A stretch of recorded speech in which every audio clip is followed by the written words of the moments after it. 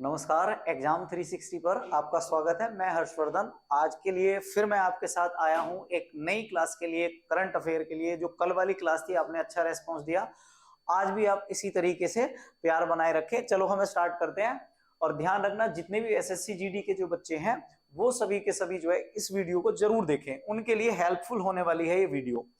तो आज के इतिहास के बारे में देखते हैं। तो आज का इतिहास बड़ा इंपॉर्टेंट है कि 1893 में, ध्यान रखना 1893 में क्या हुआ था कि शिकागो में जो धर्म सम्मेलन हुआ था, उस धर्म सम्मेलन में विवेकानंद ने जो कट्टरता, सहिष्णुता और इसके अलावा जो सभी धर्मों में निहित सच्चाई है उस पर एक ऐतिहासिक भाषण दिया था। तो ध्यान रखना कि जो स्वामी विवेकानंद है, स्वामी विवेकानंद ने अपना ऐतिहासिक भाषण जो है कब दिया था? तो ऐतिहासिक भाषण दिया था उन्होंने शिकागो में। कब दिया था? 1893 में उन्होंने ये भाषण दिया था। ठीक है। इसके अलावा महात्मा गांधी ने 1906 में उन्होंने क्या किया था? अफ्रीका में सत्याग्रह आंदोलन प्रारंभ किया था। आज ही की तारीख में महात्मा गांधी ने 1906 में सत्याग्रह आंदोलन पहली बार अफ्रीका में शुरू किया था। अगले क्वेश्चन पर बढ़ते हैं। तो भारत पाकिस्तान जब युद्ध हुआ 1965 में, दूसरी बार जब भारत और पाकिस्तान का युद्ध हुआ, उस समय 1965 में भारत ने लाहौर के निकट एक बुर्की शहर है, ध्यान रखना कौन सा शहर? बुर्की शहर पर क्या कर लिया था? बुर्की शहर पर कब्जा कर लिया था। इसके अलावा विनोबा भावे से ध्यान रखना कि राष्ट्रीय अध्यापक किसको कहा जाता है? ध्यान रखना किसको? राष्ट्रीय अध्यापक किसको कहा जाता है? राष्ट्रीय अध्यापक कहा जाता है, राष्ट्रीय अध्यापक कहा जाता है विनोबा भावे को। ठीक है। तो विनोबा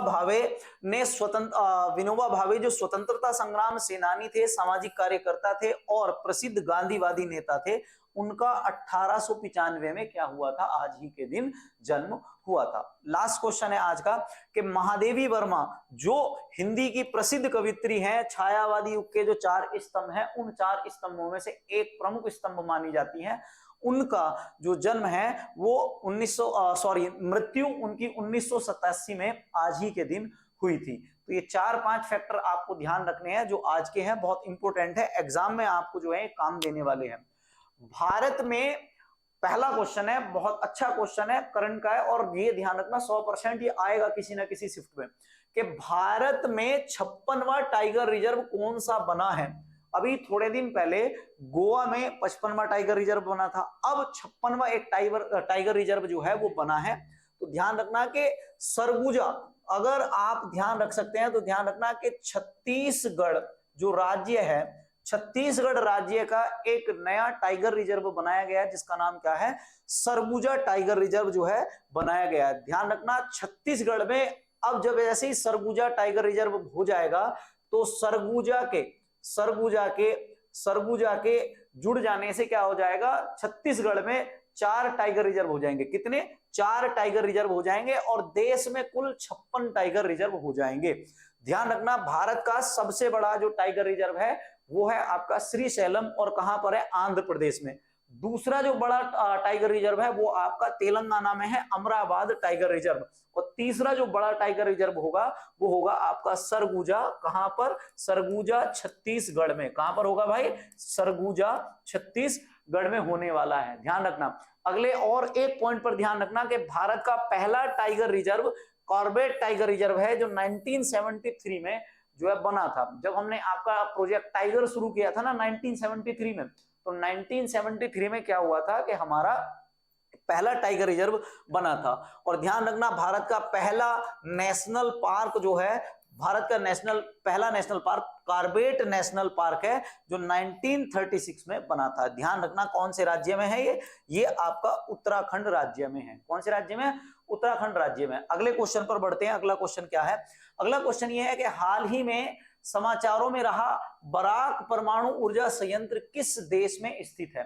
हाल ही में चर्चा में है और बहुत इंपॉर्टेंट क्वेश्चन है, तो ध्यान रखना कि ये आपका संयुक्त अरब अमीरात में बराक परमाणु ऊर्जा संयंत्र जो है 2012 से 2020 के दरमियान इसमें जो है काम चला था, और 2020 में इसकी एक इकाई शुरू कर दी गई थी, और अब 2024 में इसको पूरी तरीके से शुरू कर दिया गया है। ध्यान रखना 2020 में और 24 में इसको पूरी तरीके से शुरू कर दिया गया है। ध्यान रखना ये किसके लिए जो है स्टार्ट किया गया है, तो ये जो यूएई का कार्बन उत्सर्जन है उसको जो है काफी कम कर देगा।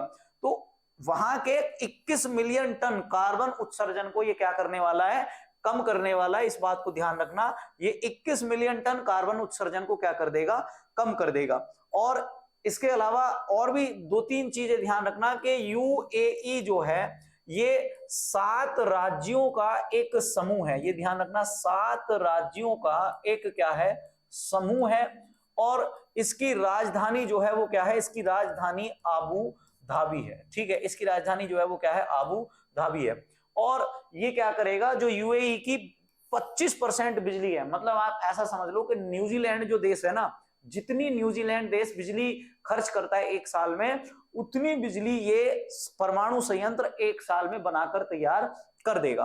अगले क्वेश्चन पर बढ़ते हैं। तो अगला क्वेश्चन क्या है कि हाल ही में खबरों में रहे ग्लोबा टायरनेसिस और ग्लोबा जनाकिया क्या है। दरअसल ये 2 पौधे हैं जिनकी हाल ही में खोज की गई है।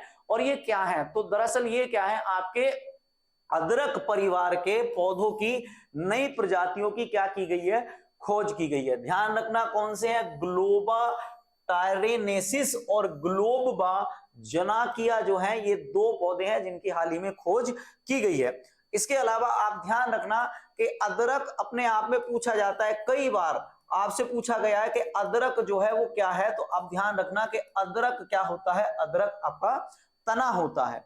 और अदरक की जो इस प्रजाति का नाम जो रखा गया है, एक प्रसिद्ध जो साइंटिस्ट हैं उनका नाम था ईके जानकी अम्मल के नाम पर जो है इसका नाम रखा गया है। मैंने आपको बताया कि अदरक क्या होता है, तना होता है। और अदरक का जो वनस्पति नाम होता है जिंजीबेर ऑफिसिनेल होता है। अदरक का जो रासायनिक नाम होता है वो क्या होता है, जिंजीबेर ऑफिसिनेल इसका रासायनिक नाम होता है।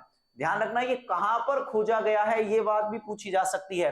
तो ये थांग खरंग पार्क जो मेघालय है, थांग खरंग पार्क मेघालय में जो है ये खोजा गया है। और एक खास बात और है कि इसकी जो मेघालय में जो ये खोज की गई है, ये जो है ध्यान रखना ग्लोबवा जनकिया एक वहां पर जनजाति भी है, ग्लोबवा जनकिया एक वहां पर जनजाति भी है। तो उससे कंफ्यूज मत हो जाना कि कभी उसके नाम पर रखा गया हो, दरअसल यहाँ की एक वैज्ञानिक है उनके नाम पर यह रखा गया है इसका नाम। अगला क्वेश्चन है, हाल ही में समाचारों में देखी गई एक बी प्लाम रेजिमेम किस बीमारी से संबंधित है। बी प्लाम रेजिमेम किस बीमारी से संबंधित है, ये बहुत चर्चा में चल रहा है भारत सरकार का इस समय। बीमारियों में अगर सबसे ज्यादा किसी पर फोकस है तो वो सबसे ज्यादा फोकस है टीबी पर, क्योंकि भारत में सबसे ज्यादा मरने वाले जो लोग हैं वो कौन सी बीमारी से हैं, टीबी से मरने वाले लोग हैं। तो हाल ही में समाचारों में देखी गई जो बी प्लाम रेजिमेन जो है वो किससे संबंधित है, वो आपकी टीबी से संबंधित है। किससे संबंधित है, टीबी से। टीबी से ध्यान रखना कि टीबी के लिए जो है अभी मल्टी ड्रग रेसिस्टेंस ट्यूबरकुलोसिस इलाज के लिए जो आपकी बी प्लाम रेजिमेन है इसकी सरकार ने मंजूरी दे दी है। एक्चुअल में क्या होता है, एमडीआर टीबी को समझो। एमडीआर टीबी आपका जो होता है वो होता है दवा के द्वारा या दवाई के द्वारा होने वाला जो टीबी होता है उसको कहा जाता है एमडीआर टीबी। एक्चुअल में जैसे कोई व्यक्ति टीबी से बीमार है और उसका जो है इलाज बीच में छूट गया और उसके बाद वो लगभग 80% सही हो गया था, और उसके बाद अब फिर क्या हुआ कि कुछ समय बाद उसको दोबारा टीबी हुई, उस तरह की टीबी को एमडीआर टीबी कहा जाता है। उसका इलाज चलता था लगभग 18 से 20 महीने। अब नई जो ये औषधि आई है, इस औषधि से क्या होगा कि अब उसका इलाज 6 महीने में किया जा सकता है। इसका इलाज जो है कितने महीने में किया जा सकता है, 6 महीने में किया जा सकता है। बी प्लाम एक्चुअल में क्या है, एक दवाइयों का समूह है जिसमें बेडाक्विलाइन, प्रीटोमेडिन और लाइनजोलिड और मैक्सीफ्लोक्सासिन, ये जो 5 दवाइयां हैं, इन 5 दवाइयों के समूह को क्या कहा गया है, बी प्लाम कहा गया है। इसके अलावा ध्यान रखना टीबी दिवस बहुत इंपॉर्टेंट है।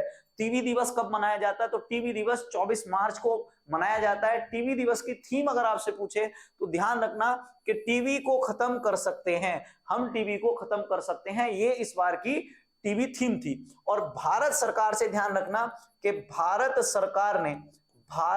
सरकार ने 2025 तक टीबी को समाप्त करने का लक्ष्य रखा है और डब्ल्यूएचओ ने 2030 तक दुनिया से टीबी को समाप्त करने का लक्ष्य रखा है।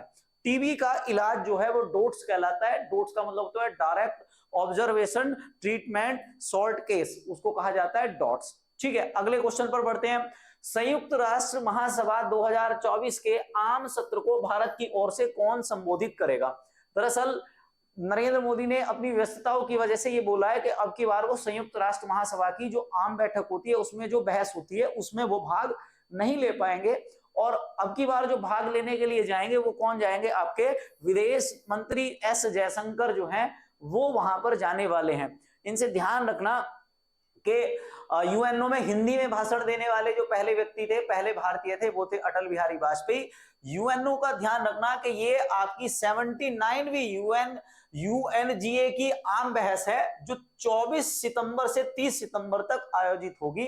यूएनओ में 193 देश जो है शामिल हैं और संयुक्त राष्ट्र की स्थापना 24 अक्टूबर 1945 को की गई थी। कब की गई थी? अब ध्यान रखना 24 अक्टूबर 1945 को इसकी स्थापना की गई थी।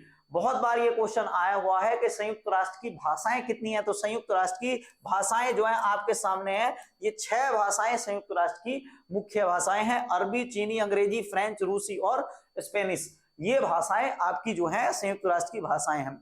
बहुत आप ध्यान से चीजों को पढ़ रहे हैं, एनालिसिस कर रहे हैं, नोट्स बनाते रहे। आपको पीडीएफ हमारे जो है व्हाट्सएप चैनल से मिल जाएंगी। और साथ में ध्यान रखें कि आपकी पर डे शाम को मैथ की क्लास जो है लाइव चल रही है। एग्जाम सिलेक्शन 360 को आप सभी के सपोर्ट की जरूरत है, तो आप सब्सक्राइब, लाइक और शेयर करते रहें जिससे हमारा मनोबल भी बढ़ेगा और हम और अच्छी और एनर्जी से आपके साथ जुड़े रहेंगे। ठीक है, मुद्दे पर आते हैं।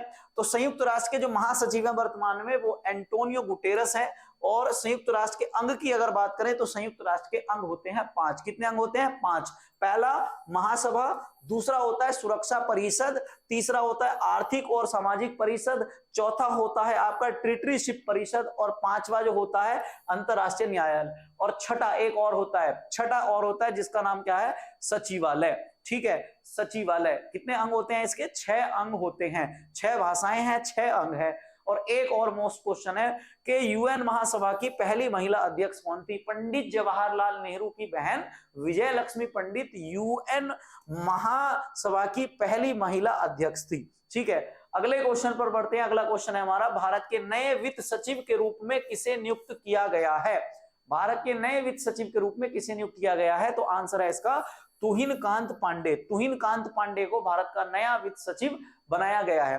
संविधान के आर्टिकल 280 के अनुसार भारत में एक वित्त सचिव होगा और भारत के वित्त सचिव के बारे में आपको मैं और थोड़ी बातें बताता हूं। जैसे भारत के नए फाइनेंस सेक्रेटरी के रूप में तुहिन कांत पांडे की नियुक्ति की गई है और जो टीवी सोमनाथन जो हमारे वित्त सचिव थे अब उनको कैबिनेट सचिव बना दिया गया है। इसके अलावा यह ध्यान रखना कि जैसे हमारे नोट होते हैं तो आपके जो 1 रुपए का जो नोट होता है उस 1 रुपए के नोट पर जो हस्ताक्षर होते हैं वो वित्त सचिव के होते हैं। ये कई बार पूछा हुआ क्वेश्चन है। इसके अलावा ध्यान रखना कि वित्त आयोग का गठन किसके द्वारा किया जाता है? राष्ट्रपति के द्वारा वित्त आयोग का गठन किया जाता है आर्टिकल 280 के अनुसार। इसके अलावा ध्यान रखना कि वित्त सचिव 1947 में जो हमारे बने थे उनका नाम था शनमुगम चेट्टी। और जब हम गणतंत्र हुए थे तो गणतंत्र के समय जो हमारे वित्त सचिव थे वो कौन थे? आपके आप ध्यान रखना, आजादी और गणतंत्र दोनों के समय जो हमारे कह सकते हैं वित्त सचिव हैं वो कौन थे? शनमुगम चेट्टी थे। और इस समय जो आपका वित्त आयोग चल रहा है वो 15वां वित्त आयोग चल रहा है और उसके अध्यक्ष जो है वो कौन है? एनके सिंह है।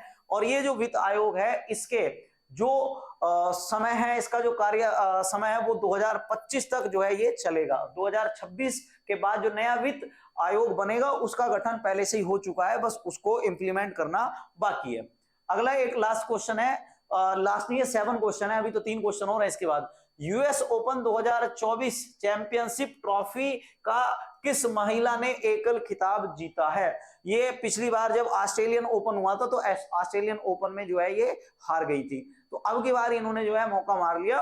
और ध्यान रखना यूएस ओपन 2024 किसके द्वारा जीता गया है? तो आर्याना सबालेंका ने अब की बार यूएस ओपन 2024 को क्या कर लिया है? जीत लिया है। ध्यान रखना आर्याना सबालेंका जो है, ध्यान रखना कौन से देश की है? ये बेलारूस की है। चलो आपके लिए काम है कि बेलारूस की जो राजधानी है आप कमेंट में बताओ कि बेलारूस की राजधानी क्या है। इसके अलावा आप ध्यान रखना कि ऑर्थर एस स्टेडियम में जेसिका पेगुएला जो यूएसए की हैं, इनको इन्होंने हराया है। और ध्यान रखना जनवरी में ऑस्ट्रेलियन ओपन में भी जो है ये विजेता और उप विजेता रही थी दोनों। ऑस्ट्रेलियन ओपन, फ्रेंच ओपन और विंबलडन और यूएस ओपन, दरअसल टेनिस के प्रमुख 4 एक कप होते हैं, जिनमें से सबसे पहला जो होता है साल का उसको कहते हैं ऑस्ट्रेलियन ओपन, दूसरा होता है आपका फ्रेंच ओपन और विंबलडन, और यूएस ओपन आपका सबसे लास्ट का होता है। इसके अलावा ध्यान रखना कि लाल बजरी का बादशाह, ये वाला क्वेश्चन कई बार पूछा जाता है कि फ्रेंच ओपन कहां होता है? तो लाल बजरी या मिट्टी पर होता है। तो लाल बजरी का बादशाह जो है वो किसको कहा जाता है? राफेल नडाल को कहा जाता है। अगले क्वेश्चन पर आते हैं, एशियन हॉकी चैंपियंस ट्रॉफी का आयोजन किस देश में किया जा रहा है? तो एशियन हॉकी चैंपियंस ट्रॉफी का आयोजन आपका चीन में किया जा रहा है। किस देश में किया जा रहा है? चीन में आयोजन इसका किया जा रहा है। और आने वाले समय में 2 महीने के बाद जब यही क्वेश्चन आप पढ़ोगे कि एशियन हॉकी महिलाओं की जो टीम है उसका आयोजन कहां पर किया जाएगा, तो वो भारत के कौन से बिहार राज्य में उसका आयोजन किया जाएगा। ठीक है, ध्यान रखना एशियन हॉकी चैंपियंस ट्रॉफी का आयोजन मैंने बताई दिया आपको चीन में है। इस समय भारतीय हॉकी टीम के कप्तान कौन है? हरमनप्रीत सिंह है। और भारतीय हॉकी टीम के जो कोच हैं वो पीआर श्रीजेश को बनाया गया है। और रिटायर होने से पहले ये दुनिया के नंबर 1 गोलकीपर हुआ करते थे। और ध्यान रखना नीदरलैंड की पुरुष और महिला टीम इस समय दुनिया की नंबर 1 हॉकी टीम है। अगले क्वेश्चन पर बढ़ते हैं। अगला क्वेश्चन क्या है कि हाल ही में खबरों में रहा कृष्णराज सागर बांध किस राज्य में स्थित है? कृष्णराज सागर बांध आपका कर्नाटक राज्य में स्थित है। और इसको कृष्णराज सागर बांध को बनवाया गया था कृष्णराज ओडिया 4 के समय जो है बनवाया गया था, उन्हीं के नाम पर इसका नाम कृष्णराज सागर बांध रखा गया है। अभी हुआ क्या है कि जो है मानसून हमारा दोबारा से एक्टिव हो गया, उस वजह से गुजरात, कर्नाटक और उस वाले क्षेत्र में ज्यादा बारिश हो गई। ज्यादा बारिश होने की वजह से इस पर जो है वाटर लोड ज्यादा हो गया, इस वजह से इसके पानी को छोड़ा गया, इसमें जो है क्रैक आ गए थे, इसलिए ये चर्चा में रहा। कर्नाटक के मुख्यमंत्री का नाम ध्यान रखना कौन है? सिद्धारमैया है। और वहां के राज्यपाल है थावरचंद गहलोत। अभी दोनों के बीच में जो है एक कॉन्ट्रडिक्शन हुआ था और दोनों ने आपस में एक दूसरे के खिलाफ कोर्ट केस कर दिया था, तब भी कर्नाटक राज्य चर्चा में आया था। और कर्नाटक दिवस कब मनाया जाएगा? कर्नाटक दिवस आपका 1 दिसंबर को मनाया जाता है। और ध्यान रखना कर्नाटक की सबसे ऊंची चोटी का नाम कई जगह कई किताबों में आपकी जो है बाबा बुदन सिंह हिल की चोटी को सबसे ऊंचा बताया गया, वो नहीं है। इसकी सबसे ऊंची चोटी जो है मुलायन गिरी है। अगला लास्ट क्वेश्चन है, अच्छा क्वेश्चन है, इंपोर्टेंट क्वेश्चन है कि एशियाई, ये इंपोर्टेंट क्वेश्चन है भाई, आप ध्यान रखना कि एशियाई ओलंपिक परिषद के अध्यक्ष कौन चुने गए हैं। देखो ध्यान रखना पीटी उषा जो है वो भारतीय ओलंपिक परिषद के अध्यक्ष हैं, ये तो हो ही नहीं सकती। जैसे जो है वो क्या है आपके आईसीसी के नए चेयरमैन बने हैं, ये भी नहीं हो सकते। गगन नारंग जो है वो ओलंपिक पदक विजेता है, पर ओलंपिक की जो कमेटी है उन्होंने जो है उनको एक विशेष दर्जा दिया है, वो भी नहीं है। तो आंसर है इसका रणधीर सिंह। रणधीर सिंह को क्या किया गया है? एशियाई ओलंपिक परिषद के अध्यक्ष के रूप में चुना गया है। ध्यान रखना एशियाई ओलंपिक परिषद के अध्यक्ष कौन है? रणधीर सिंह। और इस समय ओलंपिक परिषद के अध्यक्ष कौन है? थॉमस बॉक। कौन है भाई? थॉमस बॉक है। तो आज के जितने भी 10 के 10 क्वेश्चन है आप सभी ने पढ़े होंगे। आपको जो मैंने बोला है कि कमेंट में बेलारूस की राजधानी बतानी है, वो आपको बतानी है, ठीक है। तो एग्जाम सिलेक्शन 360 को आप जो है सब्सक्राइब, लाइक और शेयर करते रहें, जिससे हमारा मनोबल बढ़ेगा। आज के लिए इतना ही, मिलते हैं कल की क्लास में। धन्यवाद।